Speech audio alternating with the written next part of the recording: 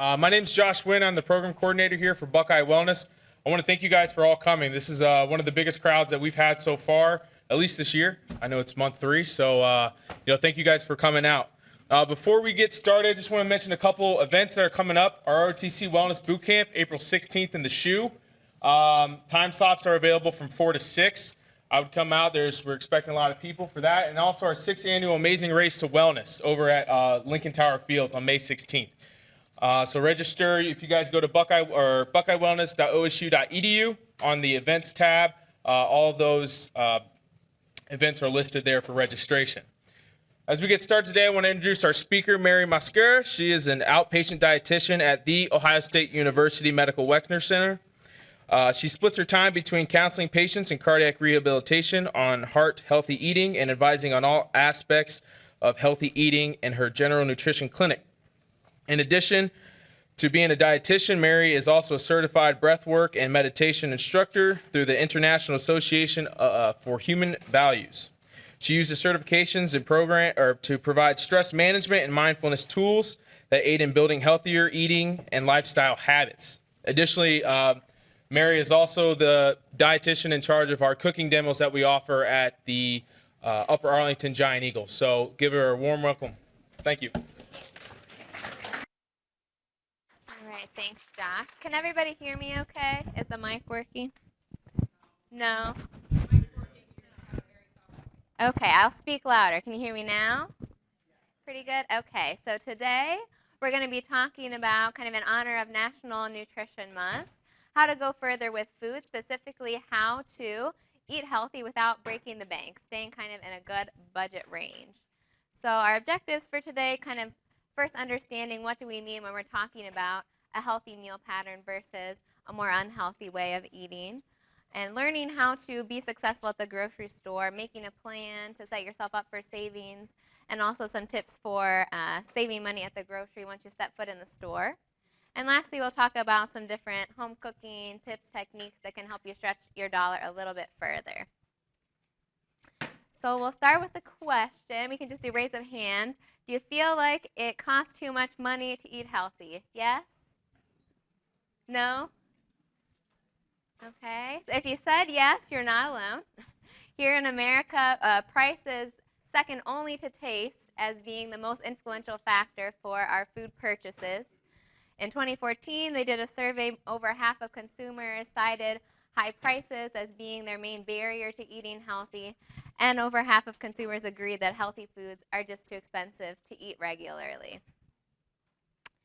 And you also might not be wrong. Harvard did a study that showed that it does cost a little bit more per day to make healthy choices, about $1.50 per person. Which doesn't sound like too much, but for a family of 4, it can add up over time, about $2,200 extra per year.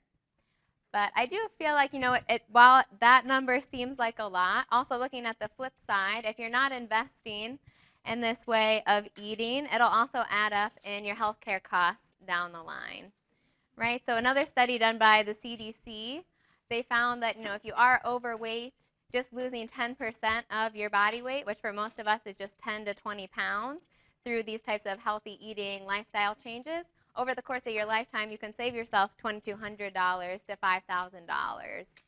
And also, eating a healthy meal pattern can prevent you from developing major diseases like heart disease, diabetes, being overweight, which can rack up your medical bills over time. So yes, it's an investment, but you could be paying on the other end as well if you're making more unhealthy choices. And we'll also obviously be going over tips today how we can decrease this number over the course of the year. So that kind of gets into how are we going to make healthy eating practical? All of these objectives that we talked about at the beginning. Making a plan, being a savvy shopper, and learning how to cook more at home. So getting into our first part, what am I talking about when I say, choosing a healthy meal pattern? Following a way of eating that's high in your fruits and vegetables, having good sources of whole grains, brown rice, whole wheat pasta, quinoa, things of that nature, including lots of lean proteins, also plant proteins in your diet, beans, nuts, legumes, tofu, soy products, to kind of mix up what types of proteins you're getting in your diet. Dairy can fit into this picture if you tolerate it. Also different non-dairy products if you can't. Choosing more unsaturated fats, things like our vegetable oils, olive oil, canola oil, over those more solid fats.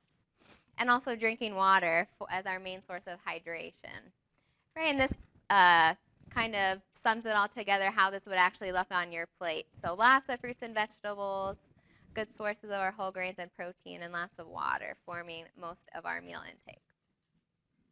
So our unhealthy meal pattern would look a little bit of the opposite, right? Higher in more processed foods, or those white or refined grains like white rice, white pasta, white breads. Be higher in red meat, processed meat consumption like bacon, hot dogs, sausage, meats that are higher in fat content. Will be higher in added sugars, either from sweets, desserts, or maybe more sugary beverages like soda, juices, sports drinks. And also be higher in meals made away from the home, relying more on restaurant or takeout foods.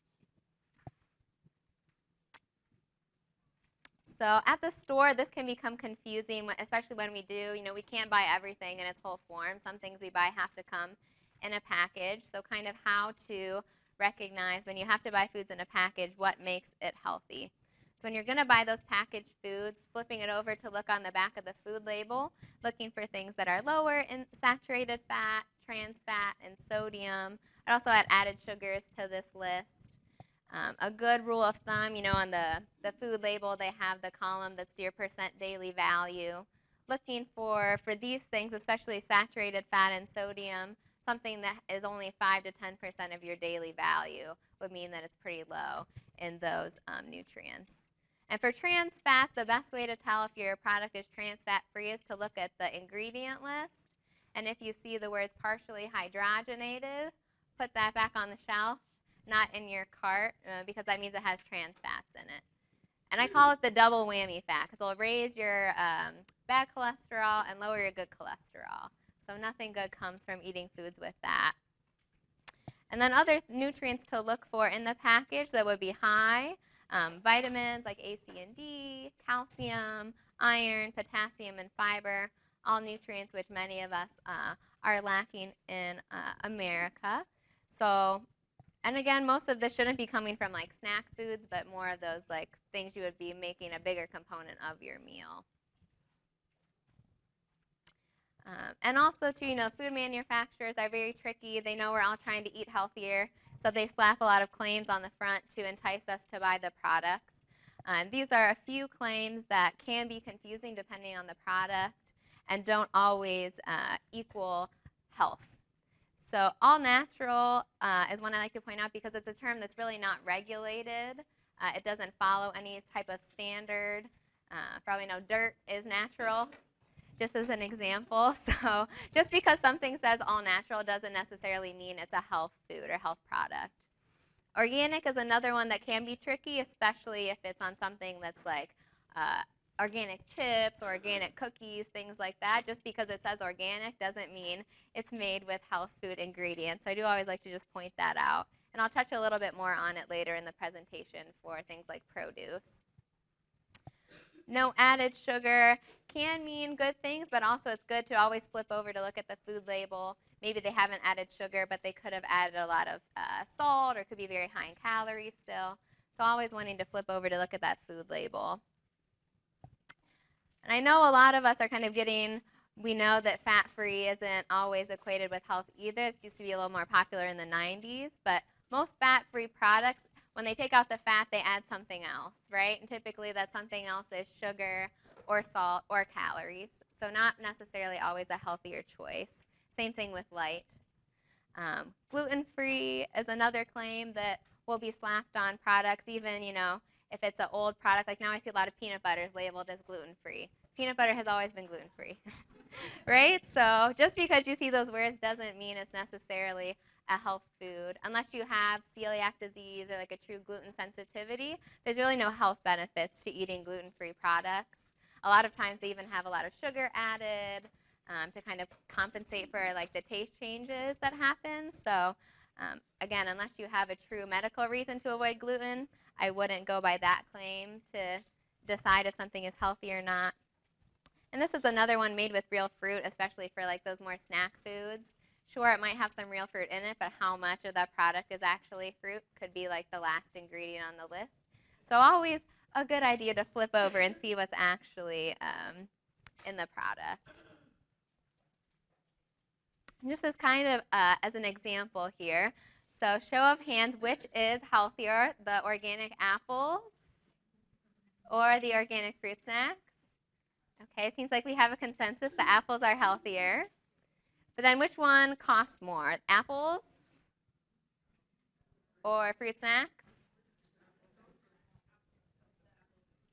The fruit snacks cost more, right? So it can be kind of surprising. A lot of times we associate high cost of organic food with being the produce, but a lot of times organic snack foods, organic things that come in packages are a lot more expensive. And we all were of the consensus that the apples were the healthier choice. So making, not going off just those kind of assumptions we have in our head, truly checking the price and seeing what it is at the store. So now we'll get in a little bit of how we can make a plan before we even step foot in the grocery store to set ourselves up for some good savings. So our first step is to just make a plan for our meals for the week. It's a great money saver because it'll help you utilize what you already have on hand. You might be surprised you actually open up your pantry, your fridge, or your freezer and take stock of what's there. You might have some good bare bones for a nice set of meals throughout the week. It reduces kind of those impulse buys at the grocery store as you're walking down the aisle, thinking, oh, that looks good. I could probably use that this week for something, right? It reduces waste. We're only buying what we need instead of kind of overestimating maybe what we think we need for the week. And it also decreases that feeling like, oh my gosh, I have nothing to eat. I guess I better go out or get takeout, which can cost us a lot more money. So kind of some basics of how to do this meal planning is, like I talked about, taking inventory of what you already have on hand. And it does, it takes time. So picking a day when, you're not quite as busy, so you have a chunk of maybe at least 30 minutes to start with until you get a little bit more efficient. Something that can be really helpful in that planning time is to use a meal planning worksheet. If you go online, Google or Yahoo, whatever server you like to use, and just type in meal planning worksheet, there's lots of free resources that you can print out in all different types of formats. So you can choose one that you think will fit your lifestyle or your planning style. And it's also important when you're first starting out to be realistic. If you're not a culinary whiz in the kitchen, I wouldn't choose a recipe that has tons of ingredients, long list of steps. Choosing something that is more basic that you'd be able to comfortably cook. And also considering your schedule, if you only have 20 or 30 minutes to make a meal, don't choose a recipe that'll take an hour and a half, because then you probably won't end up making it at all. Some other tricks for making this more realistic to fit in is choosing recipes where you're batch cooking like a large amount of vegetables and maybe some protein with that to use in not just one recipe but 2 recipes for the week. So maybe you're turning those vegetables and protein into a pasta dish for one night and then stir fry the next night. And again, if you Google this term, you can come up with lots of different recipes online, lots of different combinations of ingredients. And also nothing wrong with using leftovers. If you plan to, make a large amount of your recipes, maybe so that you could have leftovers 2 or 3 times a week, then eliminates the need to cook on a few nights a week, which can be nice, and you're still eating something healthy. And then so next step is, once you actually have your plan all together, to go ahead and sit down and make a list from everything that you planned out to cook for the week. And also don't forget to include extra foods for snacking, especially your fruits and vegetables. It can be helpful when you're making your list to organize by section. If you kind of have a specific route you take through the grocery store, organizing it that way so you can be really efficient as you shop. And it can be helpful to keep kind of like a running list at home, maybe taped up to your fridge or something. As you run out of an ingredient, you just put it on next week's grocery list so that you already have it started for that next week. And then this is just some more bonus tips for, once you get to the store in preparation for shopping, how to set yourself up for more savings. Lots of grocery stores have their own websites now, so you can check on the website to see what's going to be on sale for the week. And this is actually a good step to even take before you make your meal plan, so you can plan to incorporate some of these sale items into your weekly meals to save some money. And definitely coupons kind of seems like a thing of the past. They don't circulate them as much in the mail anymore because now they're all online. So if you go to your groceries website, you can find all their coupons for the week there. Sometimes they'll even print them out for the week ahead, so you could pre-plan for the next week's meals. And you can even Google like free coupons, and you'll find tons of stuff that can be used at any type of store. So there are lots of coupons you can find out there. But it really only makes sense to use coupons for things that you buy regularly. Just because something's on sale doesn't mean you should buy it, especially if you don't normally buy it, because that really won't save you any money. You're just spending money on something you normally wouldn't purchase. And then once you get into the store, a trick can be, if you're mostly grabbing things at eye level, look instead to the top and the bottom of the shelf. They put things at eye level that are more expensive because they're easier for us to grab. So stuff at the top and the bottom is generally lower price, so you might find some good things there that you could substitute with what you're grabbing from the middle. And also just kind of in terms of brands, if you are in the habit of buying the store brand, try it out once. There's been lots of studies saying they are very comparable in taste to the name brands, and they're also considerably cheaper. So in the long run, buying more store brand items could save you money at the grocery. Getting a store loyalty card to kind of rack up those points for extra savings either in your food or your gas. And another nice thing, a lot of stores, if you just ask, they'll match their competitors' coupons for the week. So say you're going to Giant Eagle, but you notice Kroger has a way better deal on one food item or a better coupon, you can bring it with you, and a lot of times if you ask, they will match the competitor's price, which is pretty nice. Then you don't have to go to a grocery store you don't normally go to. And big thing is to just stick to your grocery list and not make extra purchases, and that'll help keep your grocery store bill much lower. Okay, and some additional kind of more, I guess, psychological things, at least at the beginning of the list. Eating before you shop. If you eat while you're hungry, you're definitely more likely to pick extra things off the shelf that look really good to you at that moment. Shopping alone, if possible. Extra bodies equals extra hands to put stuff in your cart, maybe when you're not looking, even sneaking some extra snacks in there. So shopping alone if possible. And if you do notice that things that you frequently buy are higher priced, seeing if there's a substitute, cheaper substitute you can use instead of that product. Something that these next 2 points, they can take a little bit of time, but in the long run, they will save you money.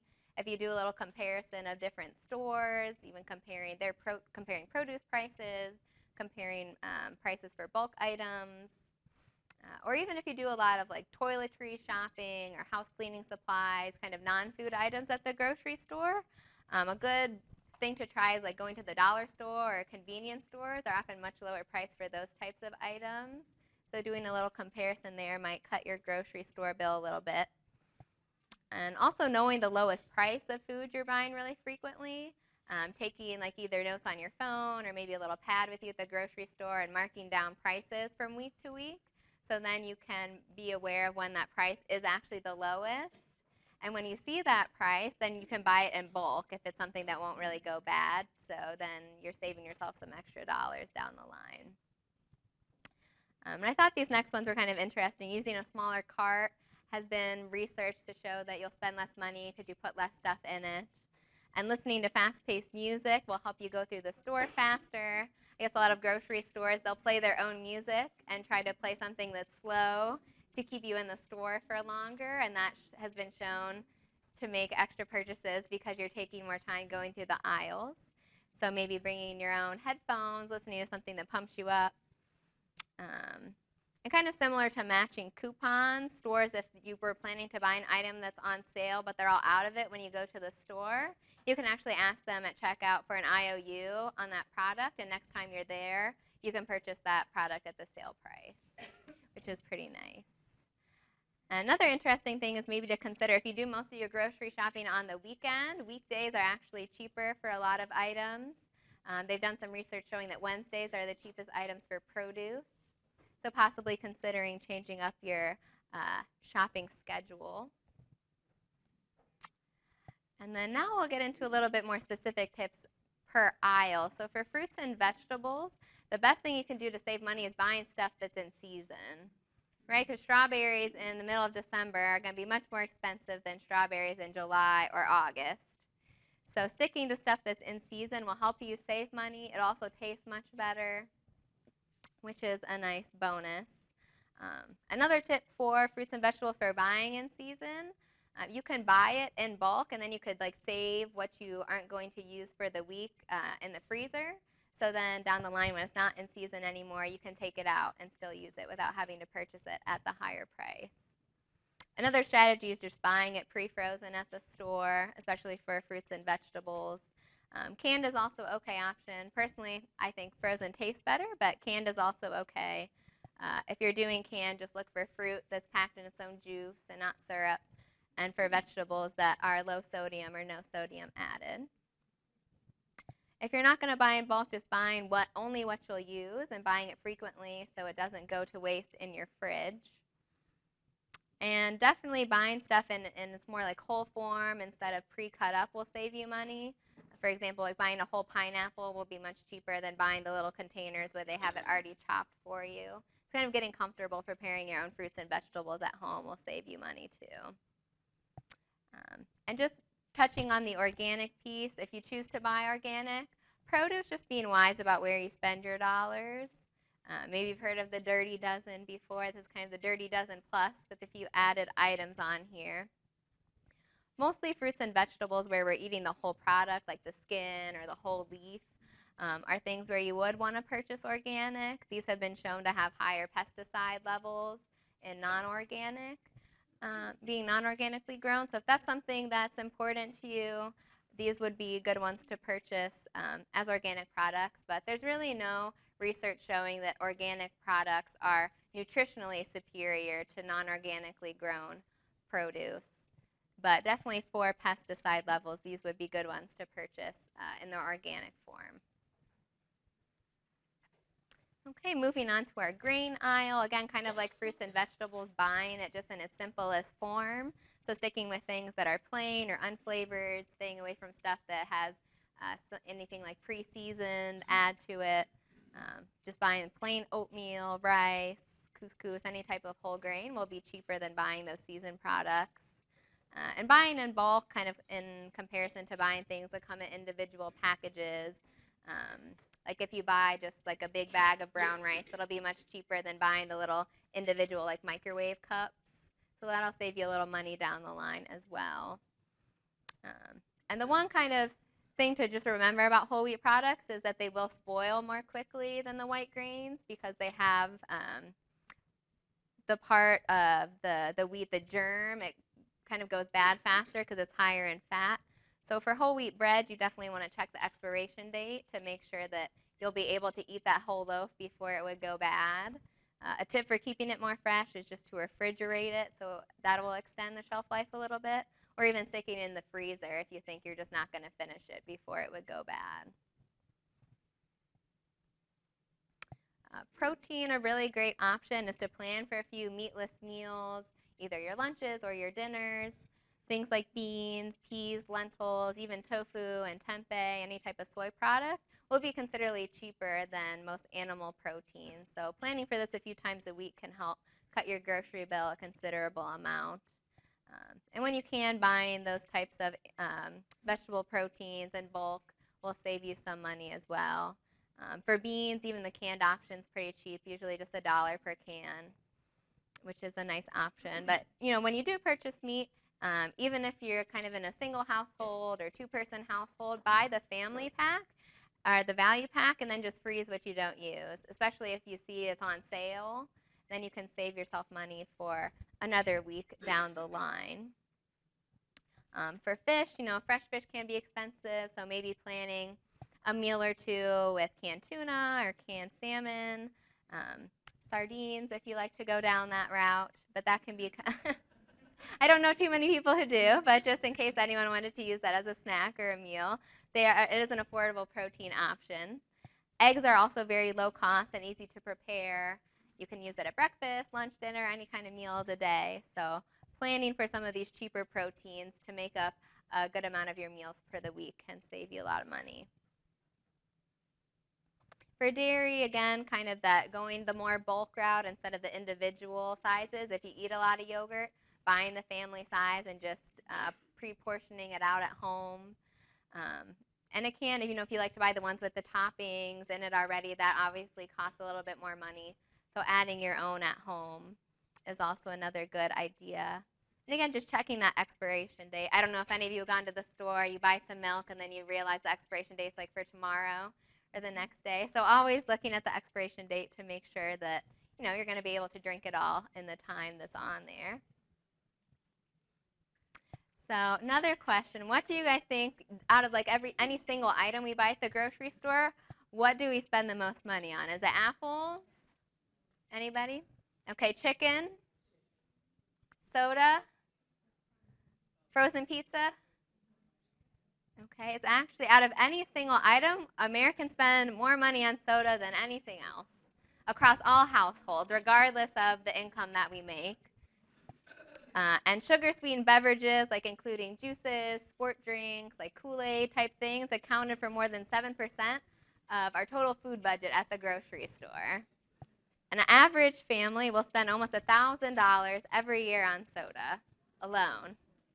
Right? That'd be a pretty nice vacation, right? Just cutting out soda, using that $1,000 for something else.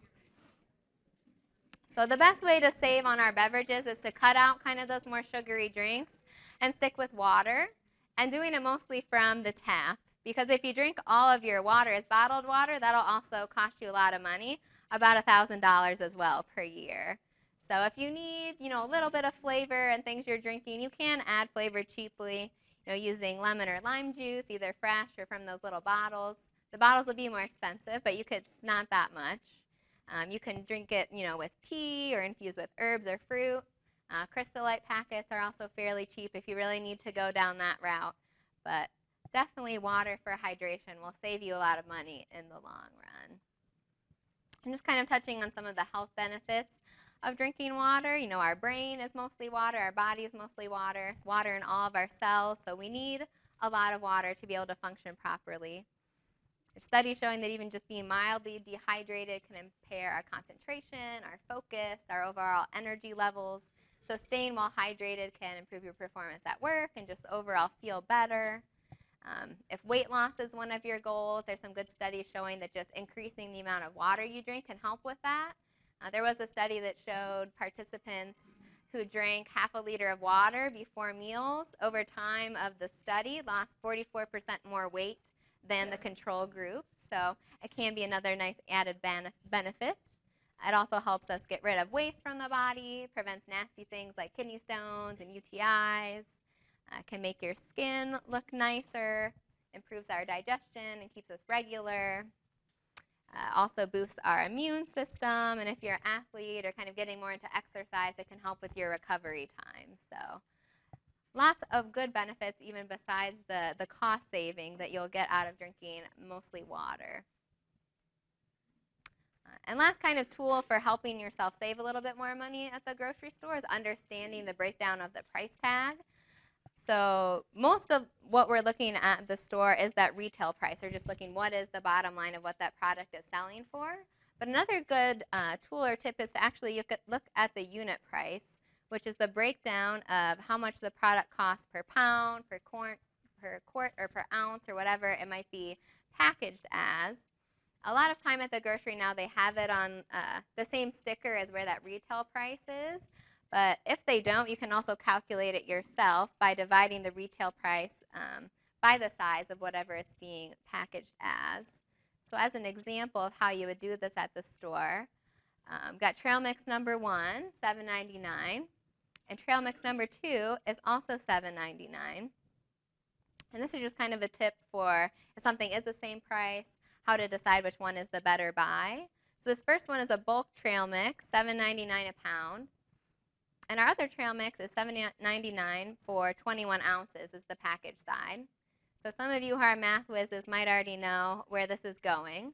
So the unit price for this first trail mix is $7.99 divided by 16 ounces, or a pound, so 49 cents per unit. And this other one is only 38 cents per unit. So you'll save yourself more money by going with this packaged trail mix. right? Which might be counterintuitive. We always think, the bulk price is always the best, but sometimes it's not. So it can be good to do this kind of quick comparison in the grocery store to save yourself some extra dollars. This is just one product, but if you get in the habit of doing this for a lot of things maybe that you buy in packages, you could be racking up lots of extra dollars down the line for that one grocery bill. So we'll kind of wrap up the presentation with some different tips for at home, saving yourself a little bit of money, some cooking tips, things like that. So you can be honest, no judgment. How many times a week do you eat out? 1 to 2? 3 to 4? 5 or more? Okay, we've got a pretty healthy group in here, it seems like. But even if you are, going out a few times, it really does cost you. The average, American household, we spend 41% of our food budget just on eating out at restaurants or takeout. And every year it kind of goes up a little bit more. More of our budget is going towards meals away from the home. And just as a specific example for lunch, our average takeout lunch costs about $10. And over the course of the year, if you're eating your lunch out every day, that can add up to $2,400 over the year, which would be another nice vacation to take, right? So if you turn some of those lunches into cheaper homemade options, you could save yourself almost $1,500 throughout the whole year. So a pretty good chunk of savings, right? And just as a kind of example of how this would play out in real life, a cup of soup out is much more expensive, more than 2 times expensive, if you just made your own soup at home. Same thing for sandwiches and salads. Coffee is one. I don't know if a lot of you buy your coffee out, but that's another place where you can really rack up your food bill, is buying coffee out of the house more often than making it at home. So just kind of some practical examples. Or even something we think of as affordable, Chipotle, depending what you get. You could spend $8 to $10, but you could make something for half the price that's similar at home. It's not really that complicated to do. So I won't read through all of these. You guys have the slides, right? So I just provided some kind of simple lunch ideas you could make at home. Most of these probably would just maybe take 10 to 15 minutes to make either the night before, or if you have time in the morning to kind of prep. Just kind of some sandwich ideas or grain salads, chicken salad, tuna salad type options. Even doing something simple like a yogurt parfait with some fruits and nuts can be an option. So I feel like it's another misconception, right? We feel like to eat healthy, the meal has to be very complicated or have a lot of expensive ingredients. But it can be very simple and come together quickly. So just have some other options here, other wrap options. Something I like to do sometimes is do kind of like a picnic style lunch. You can pack yourself a hard-boiled egg with a piece of fruit, some cheese and whole wheat crackers, maybe adding some vegetables on the side, having more of a like finger food lunch. This would probably come together in like 5 minutes if you just pack it all in your bag. So it doesn't have to be overly complicated. And another nice thing too, even if you are planning for leftovers, sometimes they just don't stretch as far as you think they will, right? Have you ever gone in the fridge, you have some leftovers, but it seems like, well, this isn't really quite a meal. So you can stretch it, kind of bulk it up by adding some options that are cheap to add in. Like if you're buying bulk brown rice or whole wheat pasta, you can mix that in with leftovers to add a little bit more substance. Extra vegetables can round out a meal, especially if you've maybe stocked up on some like frozen vegetables. Taking those out of the freezer, cooking them up quickly to add into your meals is a nice option. Again, beans are really affordable, adding a can or two. Even if your dish already has meat in it, beans go well with everything, so adding a can or two in to bulk it up. Another option could be to make some type of soup or stew by adding your leftovers to like a broth or a canned tomato type of sauce to make yourself a soup or chili to turn it into another meal. So learning how to utilize your leftovers will save you a lot of money. And doing stuff like this can also make leftovers, I think, more appetizing. Sometimes even if I have planned to eat my leftovers, they just don't look that good. So doing something to add a little bit of new flavor can help it feel more appetizing and not a punishment to be eating your leftovers. So another thing that really costs us a lot of extra money is just throwing food away that we don't use, especially for our produce. For the average family, it can cost us an extra $2,200 a year just in the food that we throw away or don't use. So learning how to be creative in the kitchen and preserve things that are on the brink of going bad. If you have stale bread, maybe make it into croutons or planning for a French toast on the weekend or something like that. If you see produce going bad, such as bananas or any other type of fruit, freezing it for later to add to smoothies, or if you don't freeze it, you could mash it, add it to muffins or like a quick bread or even your oatmeal in the morning. Vegetables, no matter what you have, they usually go pretty well together in a stir fry, so throwing everything together in a big pot. And something else that I don't know about you guys, whenever I buy prepackaged salad, it never lasts me until the end. I always have some really like slimy ones on the inside. So they actually, the way it's packaged, it's not designed to last for a really long time in the fridge. So if you don't use it in 1 to like 2 or 3 days, you might be better off buying whole heads of lettuce because they'll last longer in the fridge and won't go to waste. And there's also lots of websites you can use to look recipes up by ingredient. So if you have some random things in the fridge that look like, well, I don't know if that would be good tomorrow, going on one of these websites and looking up a recipe where you could use that ingredient and combine it with other things you already have at home.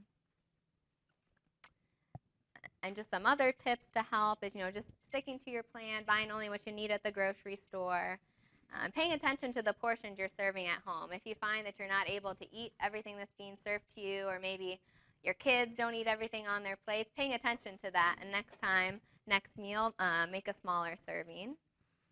Like we talked about, actually eating your leftovers. So this is something that can help with this is to label and date so you remember what's in there when you made it. And also keeping the fridge and the freezer and the pantry organized. Sometimes, if you let things kind of go in the fridge, the leftovers get hidden by other things and they go bad. Or maybe produce isn't visible and then it goes bad more quickly. So doing your best to keep everything organized. Keeping track of what does get thrown away, so then for that item next time, maybe not to buy so much of it because you weren't able to use all of what you bought. And it's also really helpful to be storing food in the correct place, especially for our produce. I learned quite a few new things when I was researching this part of the presentation. So the best place to store apples, they'll stay longer and your other fruit will be kept fresh longer if you store it separate from other fruit. Apples, kind of similar to bananas, they release ethylene gas, which ripens fruit more quickly. So if you're putting it next to a lot of other produce, it might go bad more quickly. So keeping it separate. On the counter, it'll stay for 1 week, in the fridge a little bit longer. Avocados, I also didn't know this. I always just keep them on the counter. But once it's ripe, you can store it in the fridge to help it last a few more days if you're not ready to use it. And also, if you have an avocado that you don't think you'll use it even if you put it in the fridge, you can actually take it out of its little shell and you can put it in a Ziploc bag and freeze it in the freezer. And it'll keep pretty well until you're ready to thaw it out again. Bananas will ripen on the counter. For things like berries and cherries and grape, you want to store them in the fridge, but you want to store them unwashed. If you wash them before you put them in the fridge, they'll spoil much more quickly. So only taking out of the bag what you're going to eat at a time and washing it separately from the whole package. Citrus will stay much fresher longer if you put it in the crisper drawer of your fridge and not just anywhere inside. Melons you'll want to store in the fridge. Except for watermelons, they do better in kind of cool, dark places, maybe similar to where you'd store like your potatoes or other root vegetables. For any type of fruit that has a pit, like peaches, nectarines, things like that, you can actually ripen them in a paper bag on the counter. Maybe even sticking a banana inside to help them ripen up a little bit quicker. And then once they're ripe, putting them in the fridge. And also tomatoes, I didn't know this until this presentation. You don't store them in the fridge, you can store them on the counter. And they'll stay fresher longer that way. Kind of interesting tips. And just some tips for broccoli and cauliflower, vegetables you want to store separately from other things. Store them in the fridge. Celery and corn go in the fridge. This was something interesting. I always store my cucumbers and peppers and eggplants in the fridge. But if you store them at room temperature, they'll actually keep longer. But if you are going to be using them within a few days, you could put them in the fridge. Green beans and leafy greens go in the fridge. Things like onions and root vegetables will go in a cool, dark place like your pantry, away from other items. Mushrooms, kind of similar to our berries, you don't want to wash them before you put them in the fridge, but you will store them there. And then things like carrots, beets, radishes can also be stored in the fridge. So doing things to set yourself up for your produce to last longer will also help you save a lot of money down the line, so you're not throwing stuff away. Just kind of some main takeaways from the presentation, because I know there's a lot of information. So I think the most important thing to helping yourself save money while you're trying to make healthy choices is to actually take a little bit of time to plan. Then you'll be keeping your portion sizes right. You know what you're going to need to buy at the grocery store and how much. And then once you have that plan, sticking to your plan, actually make your grocery list and take it with you to the grocery. Don't forget it at home. For produce, buying things that are in season, kind of optimizing those seasonal prices by buying a little extra to save in the freezer for later. Definitely doing brand comparison and some unit price comparing for extra savings. If maybe you're already doing a lot of the things that are on here, this could be a place to save you a little bit of extra money. Definitely cooking as much of your food at home as possible will save you a lot in the long run. It's hard to keep track sometimes if we are eating out a lot. It just adds up. It seemingly slowly, but then at the end of the week, you can end up spending a lot of money. So cooking as much as possible, and then just buying only what you need and making sure that you are storing it in the correct place is good for saving yourself lots of money. So are there any questions from today? If you just want to raise your hand, I can bring the mic to you.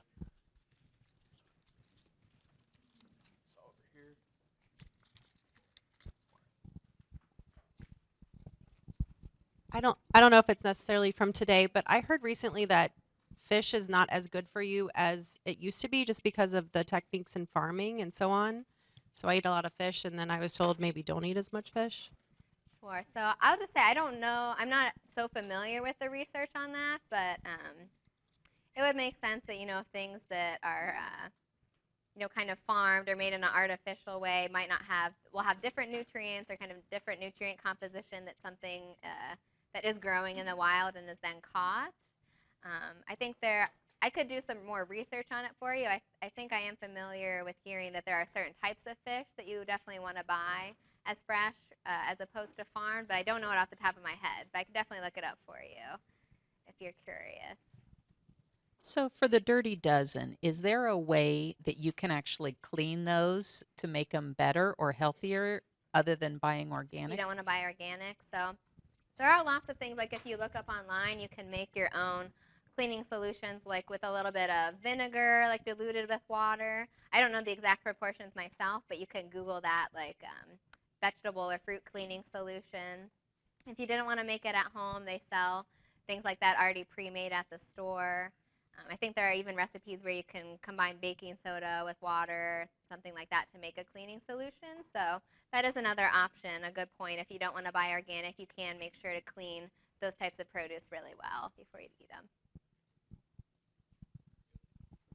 I just have a question about eggs. It used to be like don't eat more than 2 eggs a day, and then I heard it's like okay to eat as many as you want. I mean, what's the rule on eggs now? Right. I know eggs are really tricky. There's no hard and fast recommendation for eggs anymore because there's been a lot of research. Eggs in the past were kind of maligned for being really high in cholesterol, but now research is showing that cholesterol we eat from foods doesn't have such an impact on our blood cholesterol. So now there's just no recommendation about eggs anymore. I tell people still if you have heart disease to try to limit to like 1 to 2 eggs a day, but otherwise there's really not a hard and fast rule. What about the labels on meat packages? It says buy by a certain date. How far can you keep it in the refrigerator past the buy date? That is a good question that I also don't know off the top of my head. But a lot of those, especially if it is like a buy date, that's not necessarily an expiration date. So I would guess, again, I will research for you, but I would guess that you could probably keep it for as much as a week after the buy date in the fridge. Is there any other questions?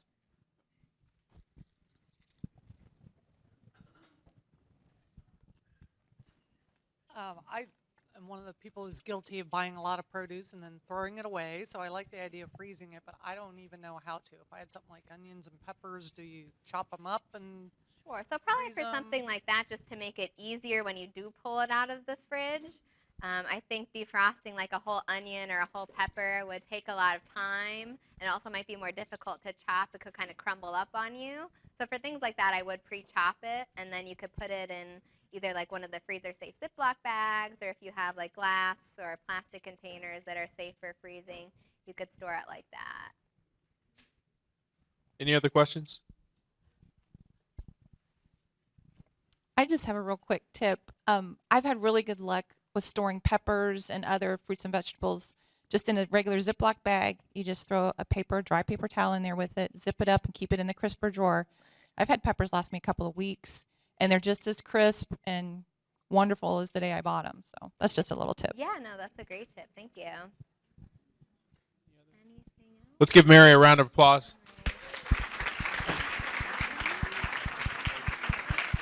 I want to thank you guys for coming out. At your seats are evaluations. We greatly appreciate if you guys fill those out that help us with all of our future lunch and learns. Thanks for coming.